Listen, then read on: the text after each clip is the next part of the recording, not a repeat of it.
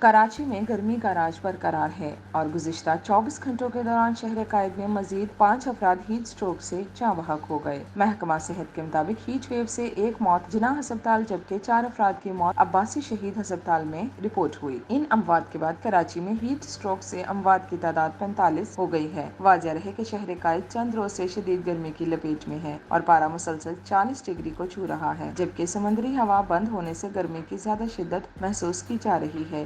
گرمی کے ساتھ ساتھ بجلی کی اعلانیہ و غیر اعلانیہ لوڈ شیڈنگ نے عوام کی زندگی اجیرن کر دی ہے۔ چیف میٹرولوجسٹ ڈاکٹر سردار سرفراز کا گزشتہ روز کہنا تھا کہ موجودہ موسمی حالات 2015 کی ہیٹ ویو کے بعد سب سے زیادہ گرم ہیں، جس میں زیادہ درجہ حرارت 44.8 ڈگری سینٹی گریڈ تک پہنچ گیا تھا۔ انہوں نے کہا کہ اس سال زیادہ سے زیادہ درجہ حرارت 42 ڈگری سینٹی گریڈ ریکارڈ کیا گیا۔ ہم 9 سال کے بعد اسی طرح کے موسمی حالات دیکھ رہے ہیں۔ کراچی میں جاری ہیٹ ویو کے دوران ماہانہ اوسط درجہ حرارت 4 ڈگری سینٹی گریڈ زیادہ ریکارڈ کیا گیا۔